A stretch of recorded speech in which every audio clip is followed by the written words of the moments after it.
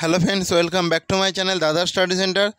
তো বন্ধুরা, ষষ্ঠ শ্রেণীর যে গণিত বিষয়টা আছে, সেই ষষ্ঠ শ্রেণীর গণিত বিষয়ের তোমরা প্রত্যেকে তোমাদের বইয়ের দেখতেই পাচ্ছ পেজ নাম্বারটা 84 নাম্বার পেজটি খুলে নাও। কষে দেখি 6-1 আমি আজকে এই যে 2-এর দাগের এই বিয়ের অঙ্কটা করাবো। এটা তোমরা দেখতে পাবে বোর্ডেই করাই আছে। এই বিয়ের এইটা আমি বোর্ডে টুকে নিয়েছি, তার সঙ্গে এই ছকটাও করে নিয়েছি। তো তোমরা প্রত্যেকে বোর্ডে লক্ষ্য রাখো।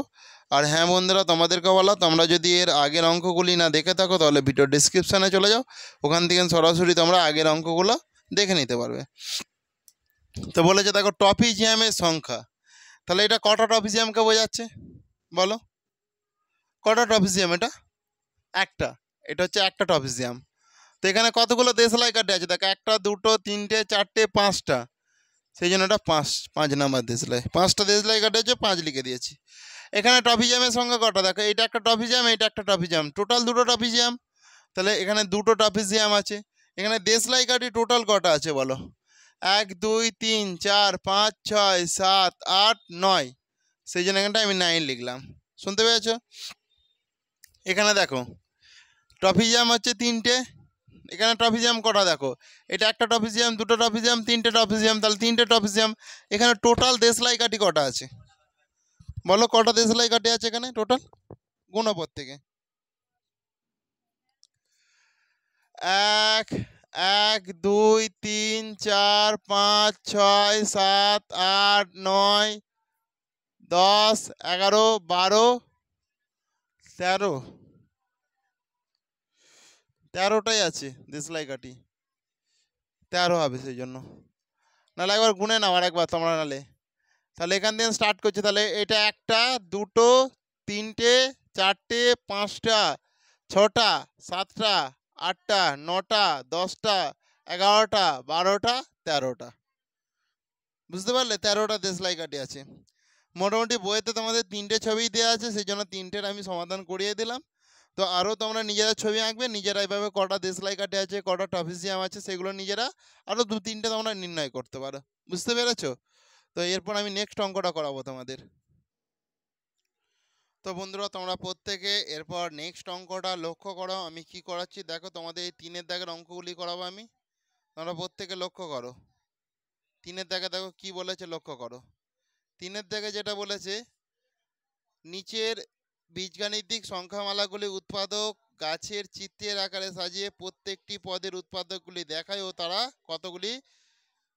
তারা কত পদী সংখ্যা তা লিখি।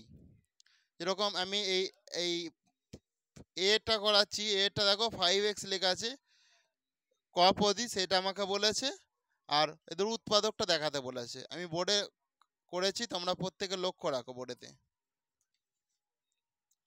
দেখো ভালো করে। তাহলে এটা দেখো 1 পদী, যেহেতু একটা 5x মানে একটাই আছে। তাহলে দেখো 1 গুণিতক 5, 1 গুণিতক 5 মানে কত হয়? 5, 5 তো এর সঙ্গে x গুণ করো, তাহলে হয়ে যায় 5x। দেখো তাহলে এই 1, এই 5, এই x, এই 5x, বুঝতে পেরেছো কেন হয়েছে? তাহলে এগুলো হচ্ছে তোমাদের উৎপাদক। দেখো ভালো করে বলেছে যে উৎপাদক করতে বলেছে, তাহলে এগুলো আমাদের উৎপাদক, এইগুলো উৎপাদক সংখ্যা।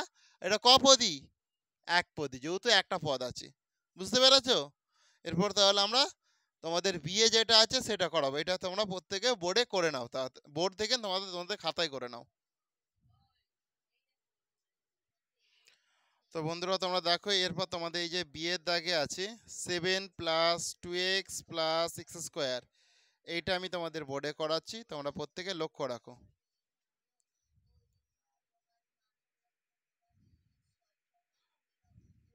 দেখো ভালো করে আমি বোর্ডে অঙ্কটা ঠুকে নিয়েছি। তো দেখো এখানে দেখো যেটা আছে, দেখো এই 7কে যদি ভাঙি, আমি এটা থেকে মাঝখান থেকে বোর্ডে নেই, 7কে যদি 1 গুণিতক 7, একসাথে 7। এই 2x-কে যদি ভাঙি, দেখো তাহলে 1 × 2 × x ইন্টু, তাহলে 1-এর সঙ্গে 2 গুণ করলে কি হয়? 1 2 2, 2-এর সঙ্গে x গুণ হলে কি হয়? 2x হয়, সেই জন্য 2x, এই 2x-টাকে ভাঙলাম। এরপরে এই x² এখানটায় লিখলাম, x² ভাঙবো। দেখো এর আগে কিছু নেই মানে এমনি 1 আছে, সেই জন্য 1 গুণিতক x মানে x, আর তার সঙ্গে আরেকটা x গুণ হচ্ছে, তাহলে কি হয়ে যাবে? x² হয়ে যাবে। তাহলে তোমাদের এখানে কটা পদ আছে? একটা পদ, দুটো পদ, তিনটে পদ। সেই জন্য আমি এখানটা লিখলাম ত্রিপদী। কি লিখলাম? ত্রিপদী। আর কি লিখলাম? আর এখানে উৎপাদক আমি বিশ্লেষণ করে দিলাম। বুঝতে পেরেছো? কারো কি অসুবিধা আছে কোথাও? নেই তো? ঠিক আছে, তাহলে এটা তোমরা করে নাও প্রত্যেকে। তো বন্ধুরা তোমরা দেখো সি এর দাগেরটা ভালো করে কিভাবে করেছি, একটু ভালো করে লক্ষ্য রাখো, তাহলে তোমরা আরামসে বুঝতে পারবে।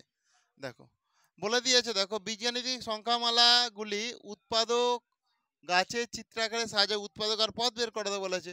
তাহলে এটা আমি সি এরটা করাচ্ছি। দেখো এই x square plus x plus one, মানে একটা পদ, দুটো পদ, তিনটে পদ, সেই জন্য এটা আমাদের ত্রিপদী আমি লিখেই দিয়েছি। দেখো এখান থেকে এক্স স্কোয়ার যদি ভাঙা হয় তাহলে এক্স স্কোয়ার মানে দেখো one into x into one into x, তবে তো এক্স স্কোয়ার হবে, স্কোয়ার আছে মানে এখানটা এক্স করো, এখানটা আর একটা করো, one into x, one x, এক্সের সঙ্গে এক্স গুণ হলে এক্স স্কোয়ার, সেই জন্য এখানটা এক্স স্কোয়ার লিখে দিলাম। বুঝতে পেরেছো?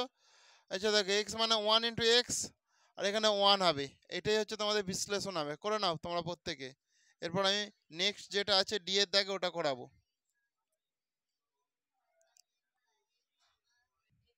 তো বন্ধুরা এইভাবে দেখো খুবই ইজি অঙ্ক, যার ফলে দেখো তোমরা বলবে সি এর পর ডি না করিয়ে চলে এসেছি, এরপর এই একটাই করাবো, তোমরা বাদ বাকিগুলো সব এইভাবে করে নিও। খুবই ইজি অঙ্ক, সব করানো সম্ভব নয়। দেখো ইয়েরটা আমি করে দিয়েছি। দেখো টু ওয়াইটাকে যখন ভাঙি, দেখো টু ওয়াই স্কোয়ার তাহলে one, two one into two মানে টু, এর সঙ্গে টু ওয়াই গুণ করলে তাহলে ওয়াই গুণ করলে টু ওয়াই, এর সঙ্গে ওয়াই গুণ করলে ওয়াই স্কোয়ার, এর সঙ্গে দেখো ওয়াই স্কোয়ার সঙ্গে ওয়াই কিউ, আর দেখো এটা টু ওয়াই কিউ হয়ে গেল, ধীরে ধীরে বেড়ে টু ওয়াই কিউ হয়ে গেল।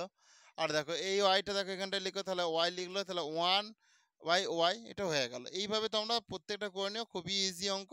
আর আমি পরের দিন আমরা চারের দাগ থেকে করাবো। আজকে আপাতত এখানে আমি ক্লাসটা শেষ করলাম। প্রত্যেকে ভালো থেকো। Thank you.